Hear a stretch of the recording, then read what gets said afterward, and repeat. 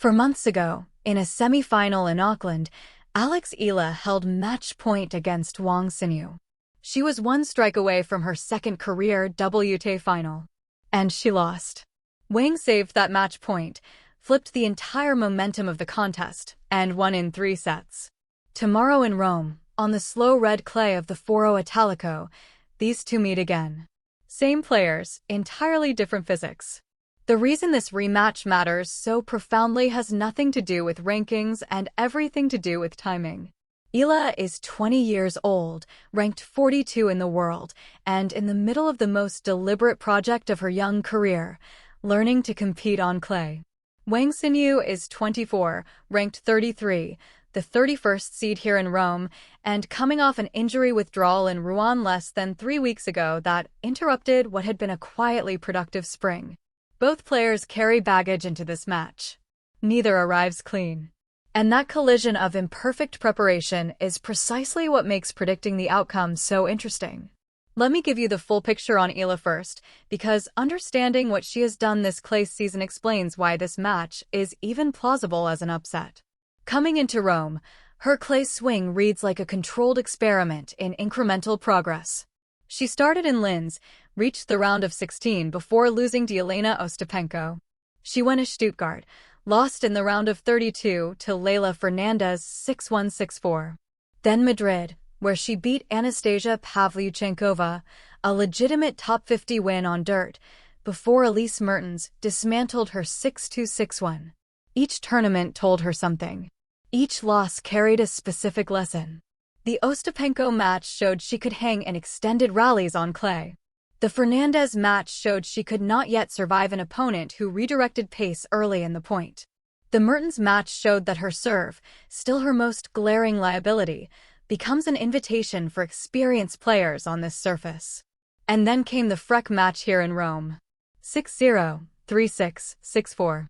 That scoreline looks messy on paper, but within its architecture there is genuine evidence of growth. The first set was the cleanest tennis Eala has played on clay all season. She won 67% of first serve points, was perfect behind her second serve, and dictated every baseline exchange with depth and placement. When Freck adjusted in the second set by extending rallies and exploiting Eala's tendency to push forward too eagerly, the Filipino dropped the set. But here is the meaningful part. Down 3-1 in the third, Eala did not panic. She did not try to overpower her way out of trouble. She slowed down, reset her position behind the baseline, and broke back with patience rather than firepower. That is the single most important tactical development of her clay season, and it happened under real pressure in a match that could easily have slipped away. Now let me tell you about Wang Xinyu, because she is not a simple opponent. At 6 feet tall and 165 pounds, Wang is built to generate power from the back of the court. Her forehand is her primary weapon, hit flat and heavy with significant natural pace. Her serve averages around 158 kilometers per hour in 2026, which is substantial for the women's tour, and she uses it to set up aggressive first strike patterns. On hard courts, this combination makes her a dangerous player against anyone outside the top 20. She reached the Auckland final in January, beating Eala along the way, then pushed through to the 4th round of the Australian Open by knocking off 24th seed Ostapenko and 13th seed Linda Noskova before losing to 4th seed Amanda Anisimova. But here is where the picture complicates. Wang's relationship with clay is historically troubled. Her career clay record sits at a damning 31% win rate entering this event. That number requires repetition because it is so stark. Over her entire career, Wang Xinyu has won roughly 3 out of every 10 matches she has played on dirt. In 2026 specifically, the data from that ex-post tracking her form suggested she was 3-1 on clay before the Rouen injury withdrawal. One of those losses came in La Bisbal d'Empordà, where she fell to world number 125 Elena Kharieva in the round of 16. Her Italian Open record is equally bleak, 1 win and 3 losses across 3 previous appearances. She has never reached the 3rd round in Rome. This is the fundamental paradox Eala faces. On paper, Wang is the higher-ranked player with the bigger weapons and the direct head-to-head advantage. In practice, on this specific surface, in this specific venue, the evidence suggests Wang's game is fighting against the physics of the court rather than being amplified by them. Let me explain why that matters tactically. Rome's clay is among the slowest on the tour calendar. The courts at the Foro Italico sit at low altitude, the balls are heavy, and rallies tend to be longer and more physically demanding than at venues like Madrid, where altitude speeds the ball through the court and helps big hitters. For Wang, this means her flat forehand loses a fraction of its penetration. Her serve, while still powerful, lands with less kick and less ability to pull opponents off the court. The ball comes back. And when the ball comes back consistently against Wang, something tends to happen. She presses. She tries to generate winners from positions that do not quite warrant the risk. Her unforced error count climbs. This pattern is legible across her clay court losses going back years. For Eala, Rome's conditions offer something specific. Her greatest asset, her return game, gets more time. On hard courts, facing a server like Wang, Eala's return position is compromised because the ball skids through quickly and demands split-second racket preparation. On heavy clay, that same serve arrives with marginally less pace after the bounce, and Eala's natural ability to read delivery patterns and redirect the ball becomes more potent. She has been working with her coaching team, which includes input from Tony Nadal's academy in Mallorca, specifically on elongating her return position on clay so that she can absorb pace and redirect deep to the corners. There is another dimension to this match that deserves attention. The psychological residue of Auckland. Eala had match point in that semi-final. She stood 1 point away from the final and could not close. The sports psychology of that specific failure, the failure to convert at the moment of maximum opportunity, tends to produce one of two responses the next time the same opponent appears across the net. Either the player who lost becomes tentative at critical moments, haunted by the memory of what slipped away, or she develops a furious clarity about what she will not allow to happen again. Everything we have seen from Eala in 2026, particularly the way she handled the third set against Freck from a breakdown, suggests she is tracking toward the second response. She has spoken publicly about being a better player physically and mentally than last year. That is not a throwaway media quote. It maps directly onto the visible adjustments in her court behavior. Wang, meanwhile, carries the confidence of having survived that Auckland match from behind. But confidence built on hard court conditions does not automatically transfer. The player who saved match point with a big serve and an aggressive return winner in January will find those exact shots harder to reproduce on slow Roman clay in May. The muscle memory of Auckland might actually mislead her, encouraging her to go for low-percentage shots in moments where the surface demands more construction.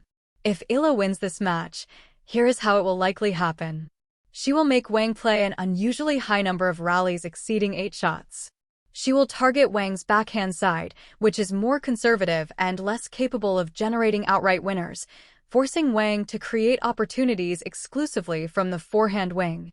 She will stay deep behind the baseline, absorb Wang's power, and redirect with angles that drag Wang forward into uncomfortable net positions. And critically, she will need to hold serve at a rate above 60% of her service games. That last element is non-negotiable. Against Freck, Eala was broken multiple times in the second set precisely because her first serve lacked enough pace to prevent aggressive returns. Wang's return game is more dangerous than Freck's, and if Eala donates easy breaks early, the match will follow the same script as the Mertens loss in Madrid. If Wang wins, it will likely be because her serve generates enough cheap points to offset the clay's neutralization of her ground strokes. Wang averages over 3 aces per match this season, and if she can push that number higher by finding her spots with the first serve, she removes the extended rally scenarios where Eala has shown improvement. Wang's other path is early aggression on the Eala serve, stepping in and taking the ball early on return, much as Mertens did, to deny Eala the rhythm of holding serve and building baseline confidence. The match is scheduled for May 8th. You can catch it on the Tennis Channel, which is carrying all Italian Open coverage through May 17th. In the United States, streaming options include Fubo, which offers the tennis channel as part of its Sports Plus news package, and DirecTV Stream. In the United Kingdom, Sky Sports Tennis will carry the tournament. In Italy, Rai Play offers coverage. For viewers in the Philippines and across Southeast Asia, check local WTA broadcast partners for scheduling details. The match is part of the WTA second-round slate, with coverage starting at 5 in the morning Eastern Time on Thursday and Friday. There is something poetic about this match falling on clay. Auckland was clean, fast, uncomplicated. The ball shot through the court. Winners were plentiful. The margins were thin because both players could end points with single shots. Rome is the opposite. Rome asks you to earn everything twice. Every winner must be constructed through multiple exchanges. Every point carries physical weight. And in that environment, the question changes from who hits harder to who thinks more clearly when tired. Eala's trajectory this spring, the incremental improvement, the willingness to slow down, the acceptance that clay demands a different version of her game, suggests she is building toward exactly the kind of performance that could trouble Wang on this specific day, on this specific surface. Do I think Eala wins? I think she can. The gap between these two players is smaller on clay than anywhere else they could possibly meet. Wang's career clay record is evidence of structural discomfort on this surface. Eala's improving clay results, while still modest, show a player actively adapting. The Freck win, particularly the third-set comeback, demonstrated genuine clay court problem-solving under pressure rather than hard-court talent muscling through unfamiliar conditions. And the Auckland loss, paradoxically, may serve Eala here. She knows exactly what it feels like to be 1 point away from Wang and fail. That knowledge is fuel, not burden, for a 20-year-old with the competitive temperament she has shown all season. The realistic assessment, however, must acknowledge that Wang remains the more physically imposing player, the better server by a significant margin, and the player who has proven she can find a way to win even when behind. Wang's Auckland comeback was not luck. It was the demonstration of a specific competitive quality, the ability to raise her level at the exact moment her opponent seizes up. If Eala reaches the decisive moments of this match, and she likely will, because neither player has the firepower to blow the other off the court on clay, she must be prepared for Wang to produce her best tennis precisely when it matters most. That is not a flaw to exploit. It is a quality to respect and prepare for. What makes this matchup fascinating rather than predictable is that both players are operating at the edge of their clay court capabilities. Neither is comfortable. Neither has a deep well of positive memories on this surface. The match becomes a test of which discomfort proves more productive: Eala's conscious, coached adaptation to an unfamiliar surface, or Wang's raw talent trying to impose itself on conditions that resist everything her game naturally wants to do. History says that coached adaptation, given enough time, tends to outperform brute force on clay. But 4 tournaments of clay preparation may not yet constitute enough time for Eala. The answer arrives tomorrow on the red dirt of the Foro Italico.